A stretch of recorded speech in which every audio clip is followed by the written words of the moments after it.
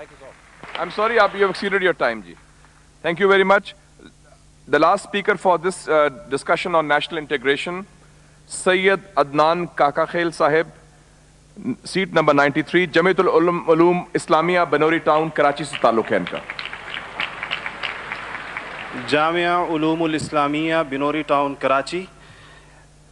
मेरे साथियों ने कल भी इस मौजू के ऊपर बहुत अच्छी बातें की.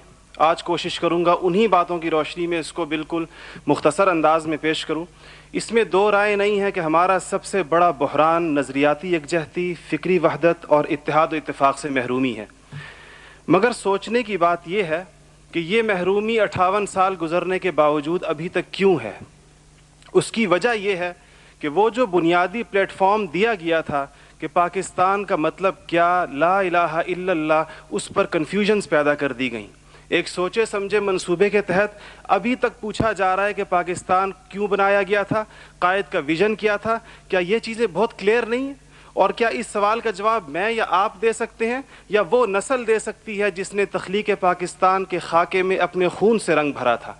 ये उनकी रूहों के साथ मजाक है, ये उनकी रूहों के साथ मजाक है, ये उनकी कुर्बानियों का मजाक है कि जी आप तो कट मरे, हमें समझ ही ना आया कि आपका मसला क्या था.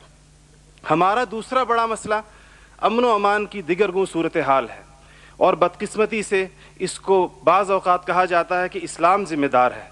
हालांकि कुरान का मुताला बताता है कि सबसे ज़्यादा इस्लाम अमन व अमान के ऊपर ज़ोर देता है.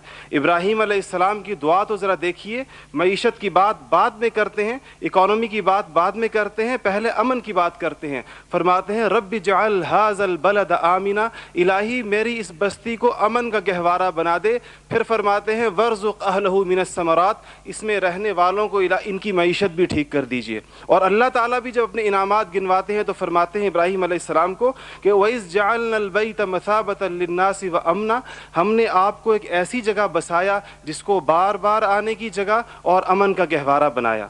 ये तो बात बिल्कुल वाज़े है. मसला ये है हमारा अमन व अमान तबाह क्यों हुआ, हमारा नौजवान किस तरह दहशतगर्दों का आला बना और हम रोज़ बरोज़ लाकानूनियत की दलदल में क्यों धंसे जा रहे हैं.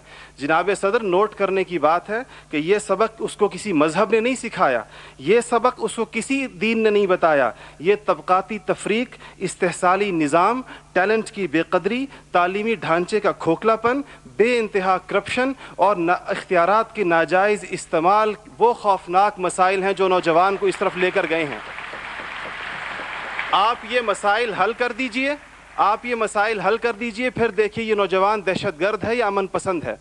हमारा तीसरा सबसे बड़ा मसला जो इस वक्त बहुत अहमियत का हामिल है, जमहूरी रिवायात का फुक़दान है.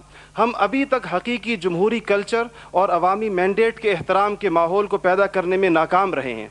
टूटती बनती असम्बलियों, इंतखाबी धांधलियों और जनाब सदर अहम कौमी मसाइल में पार्लियामेंट को बाईपास करने की रिवायात ने अवाम का एतमाद मौजूदा पॉलिटिकल सिस्टम से उठा दिया है. इसके लिए हमें अपने उस पड़ोसी मुल्क से सबक सीखना चाहिए जहाँ से मुशाहिद साहब तशरीफ़ लाए हैं और आप अनकरीब जाने वाले हैं. उनकी और हमारी तारीख़ आज़ादी एक ही है. उनको और हमको हमें और उनको एक जितना वक्त मिला है, मगर उन्होंने अपने यहाँ जमहूरी अक़दार को इतना मजबूत कर दिया है कि हुकूमत कितनी नाकाम साबित क्यों ना हो जाए, कोई भी उफ्ताद टूट पड़े, ये नहीं हो सकता कि फ़ौज बैरकों से निकले इक़्तिदार में आकर बैठ जाए. इसी तरह जनाब सदर, मैं ये समझता हूँ कि आज इस हॉल में लगी हुई कायद की तस्वीर आपसे पूछ रही है, आगे आप खड़े हुए हैं कि जनरल तुम तो सरहदों के रखवाले हो, तुमको ईवान इक़्तिदार की राह किसने दिखाई है. और जनाब आला, हमारा तीसरा सबसे बड़ा मसला एलीट क्लास इकॉनमी है. आपके आदादो शुमार के जादूगर कह रहे हैं कि मईशत तरक्की कर रही है, ज़र मुबादला के ज़खायर बढ़ रहे हैं, कर्ज़े कम हो गए हैं, कशकोल टूट गई है. आप बार बार कहते हैं पहले हम मांगने जाते थे, अब हम देने जाते हैं. और अवाम हैरान है कि खुदाया क्या माजरा है. मईशत तरक्की कर रही है, गरीब का चूल्हा बुझ रहा है, ज़र मुबादला के ज़खायर बढ़ रहे हैं, पेट्रोल की कीमतें आसमान से बातें कर रही हैं, रुपए की روپے کی قیمت ڈی ویلیو ہوتے ہوتے کہاں آ کھڑی ہوئی ہے. اور اس کے بعد ایک اور بات جناب صدر, آپ نے کہا کہ بسنت منانے سے کچھ نہیں ہوتا. اسلام تفریح سے ہرگز منع نہیں کرتا, بلکہ صحت مند تفریح کی حوصلہ افزائی کرتا ہے, مگر خدارا محروموں لاچاروں کی آرزوؤں کے مزار پر دھما چوکڑی نہ مچائی جائے.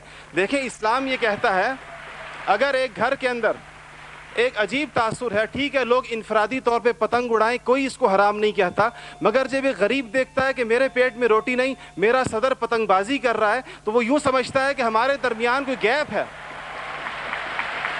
آپ بالکل وہ سمجھتا ہے, غریب کہتا ہے کہ میں, غریب دیکھتا ہے, غریب آپ کو اس کے احساسات کا بالکل اس طرح لگتا ہے ایک گھر کے اندر میت پڑی ہو اور آپ دوسرے گھر کے اندر ڈرم بجائیں کہ میں تو آزاد ہوں, غم تو تمہارا ہے میرا نہیں ہے. تو اس کو کوئی بھی اس کی اجازت نہیں دے گا, کوئی بھی مذہب کہے گا کہ نہیں, اس کا احساس کیجئے, اس کے اشک شوئی کریں, اس کو سینے سے لگائیے. اس کے علاوہ جناب صدر ایک بہت اہم بات جو ہم محسوس کرتے ہیں کہ بعض مسائل آپ کے لہجے کی کرختی کی وجہ سے خراب ہوتے ہیں. آپ بلوچستان کے عوام سے کہتے ہیں تمہیں ہم وہاں سے ہٹ کریں گے, تمہیں پتہ ہی نہیں چلے گا ہم نے تمہیں کہاں سے ہٹ کیا ہے. یہ چیزیں آپ قوم کے بڑے ہیں, آپ کو بالکل قوم سے اس انداز میں گفتگو کرنی چاہیے جس طرح آپ اپنے بیٹے بلال سے گفتگو کرتے ہیں. آپ کو اس کے جناب صدر آپ کا لہجہ جو ہے, وردی کی بات میری بہن نے کی, وردی کی بات تو آپ نے خود 14 کروڑ عوام سے کہا تھا میں 31 دسمبر کو اتار دوں گا, پھر قوم کے وسیع تر مفاد میں آپ وعدے سے مکر گئے.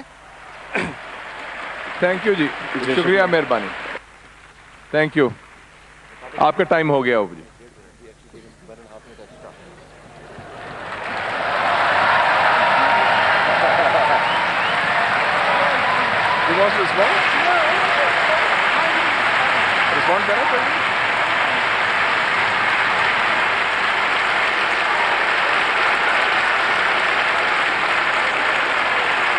Okay.